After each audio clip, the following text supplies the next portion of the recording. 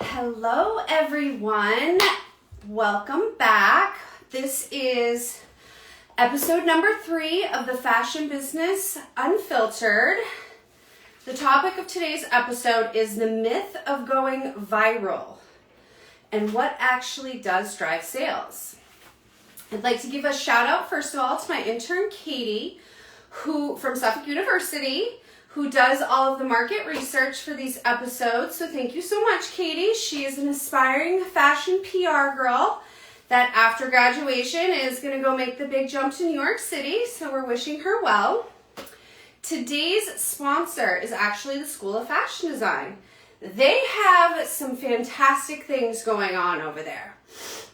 Jen sent me a little PR thing yesterday stating that the School of Fashion Design is actually a featured participant in something called Handowrk 2026. It's a nationwide year-long showcase of the importance of handmade crafts, which is presented by PBS Crafts in America. And one thing that caught my eye, so they're offering classes. It's classes that you can take. And one that caught my attention was on April 11th. I found this very interesting. It's called Embroidery for Mental Health and Wellness. You can find out more info at theschoolofashiondesign.org, or it'll be up on Beljoco Media website and Substack.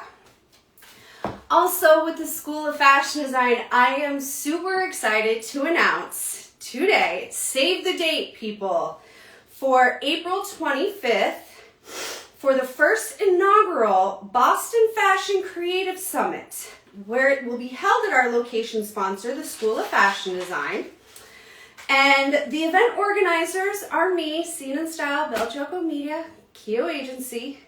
Also, Althea Blackford, founder and executive producer of V-Style Productions. Kayla Williams, co-founder of BOGO Split.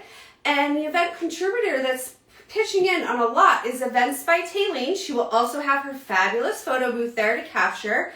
It's going to be a full event, a full day event that will be breakout sessions, panel discussions, some of Boston's top industry folks giving their knowledge. Shout out to everyone. So it's really about building business for creatives. I think we're even going to have a financial advisor there. And I do believe the School of Fashion Design is going to offer a quick little course that they do offer within school year. So that'll be super exciting.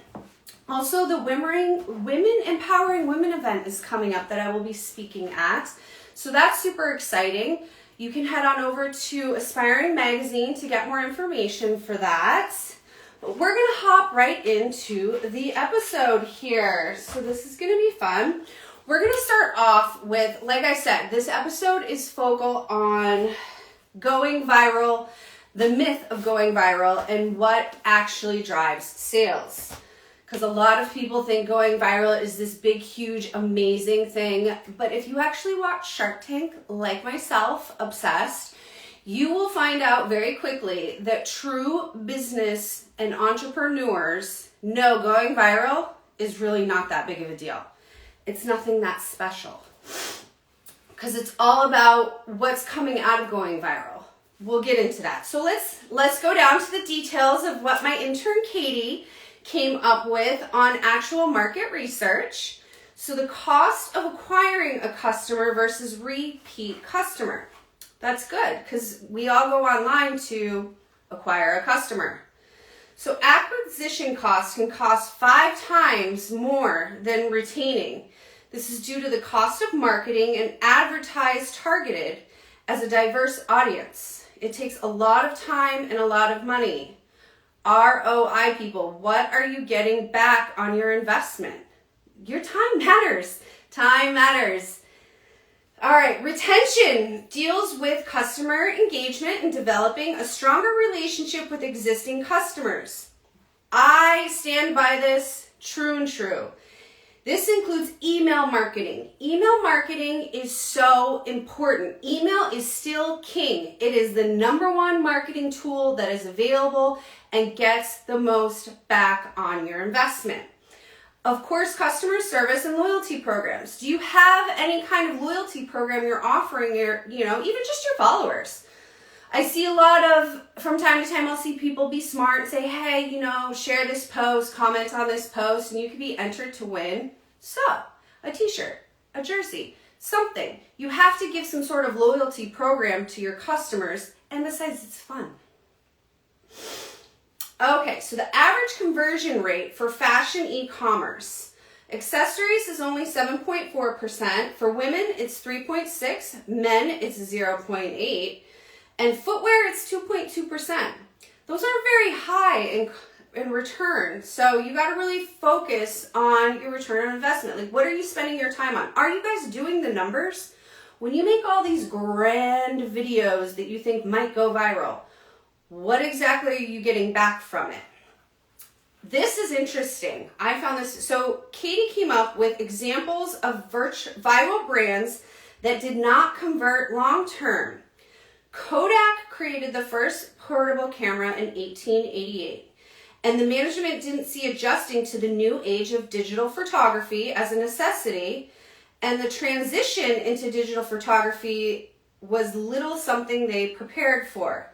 They filed for bankruptcy in 2012. We all remember Kodak. We used to have physical photos. I think I have some somewhere, like physical photos, and they weren't focused on becoming digital. Yes, we are talking about viral, talking about a digital world, and they didn't see it as something that was important, and Kodak no longer exists. I believe I have one in my desk. BlackBerry. BlackBerry created the first handheld communication device in 1998. This is funny. They didn't see Apple as a serious competitor or a threat. So their biggest expansion period was from 2001 to 2007 and had the highest market share of 43% in 2010. But stocks went downward from 2015 to 2016, and they actually went out of business in 2016, all because they did not see Apple as a threat. Apple product, my iPad somewhere. Apple products are everywhere. You have to keep an eye on your competition. Don't just assume that you're the best in the moment, so you're going to be the best forever.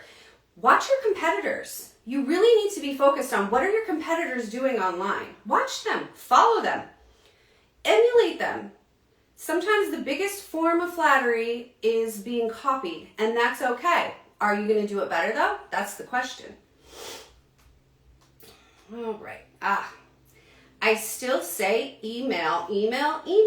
So stats in fashion versus email and SOS ROI. SMS, text messages. Fashion is 11 to 20% conversion, so that's not bad. Now email, again, $42 for every dollar spent on email marketing. That's a lot. That's a good chunk of change to get back. That's still the largest return on investment. So Katie, thank you for all of those fun little tidbits on actual market research. Again, every episode I stress market research. Are you actually going online, as we were talking about online, and researching what is the market doing? Where is the spending? Where are people finding the ROIs? All of that stuff is super important. But back when we get to going viral, has anyone ever actually gone viral? I did once, and it was super awesome. I will admit, it was a scene and style video back at the ICA, maybe in like 2015-ish. And Althea, Boston Caribbean Fashion Week, love you girl. She was doing a pre-Boston Caribbean Fashion Week event at the ICA. It was outside, it was beautiful out. It was mid-August, and there was this awesome like breakout dance that kind of happened, and it was clearly Caribbean culture to dance, and that thing still continues to get likes. I'll be like, wow, somebody liked that again. However, did I make any money off of that? No, I did not, because even in 2015, I don't even think you could make money on social media just yet.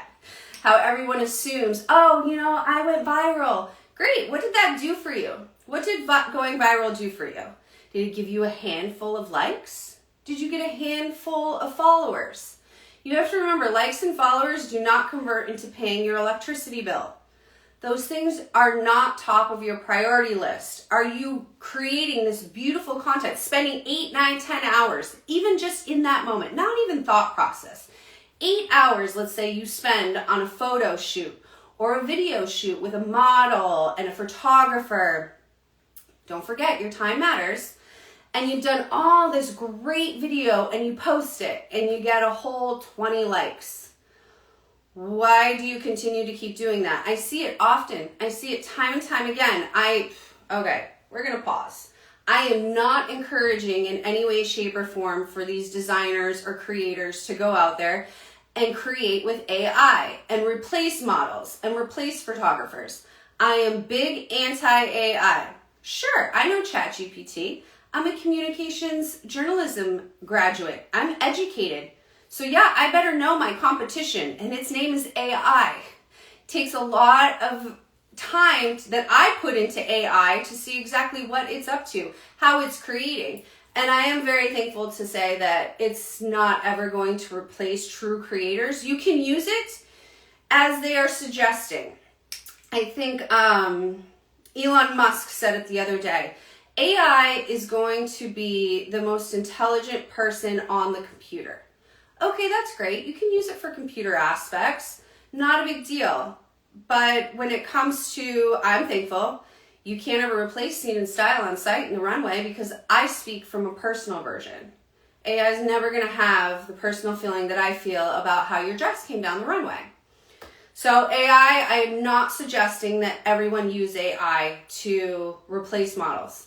I have actually snapped on a couple of you designers out there using AI to replace models because you know what? Your job's going to be next. We cannot encourage to use these type of things for replacement of actual human beings.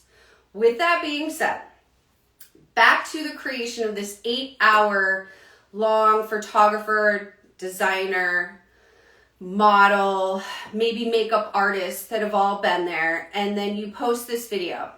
Great. Where did it go? Did you even get website sales off of it? Back to it. Do you even have a website?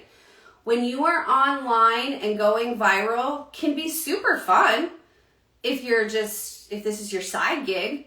But again, are you a fashion friend or are you a fashion professional?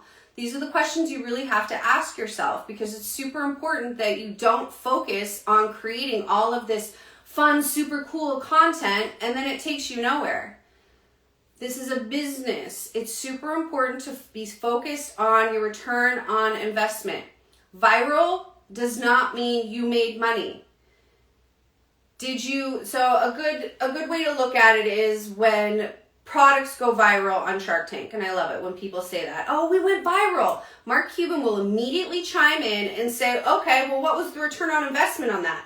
And their faces go blank. So many entrepreneurs don't even know their numbers.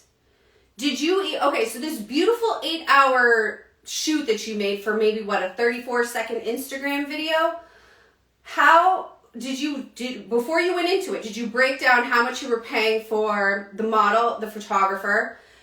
If everyone's donating their time, okay, that's quite interesting because why are we all doing that? Nobody should be donating their time for anything that doesn't get a return on investment for anyone. Maybe the model got the free dress. Cool. That's not a bad gig. I'm a brand ambassador. Queenie, I love you. I do get product from them, so I'm happy to promote them. What are you getting out of it? You have to sit down, whether you are the model, and say, okay, I got great photo shoot out of it. The photographer, what did you get out of it? Did you get paid? If you didn't, did you get what you felt was a shoot that could elevate you to finding a paid opportunity? If these are things that you're not finding with this going viral moment, these are problems, people. These are big problems. You really need to sit down and do your market research, 1. And 2, it's super important that you are doing the numbers. If this 8-hour photo shoot, viral shoot, whatever you want to call it, you're sitting there.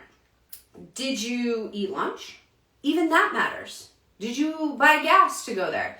Every single thing that you did that mattered going into that moment, you need to have written down, you need to have the price written down, and you need to go back and say, okay, after all of this and this Let's say it did go viral. Okay, you got 10,000 likes on this video and you got 3,000 new followers. Did any of that convert into sales? If it did not, again, just like Katie put in the email, and as much as I have always been a huge advocate of it, email is still the #1 ROI on marketing. Going online is super important. Having a face, having a presence is absolutely important, but do your numbers, people. So next week, we are actually going to be talking about fashion PR. Do you have PR rep? Do you actually represent your brand anywhere besides yourself? Is someone out there advocating for you? So those are super important things that we're all going to discuss next week. So again, thank you to the School of Fashion Design and thank you to Katie. And we will see everyone next week. Bye.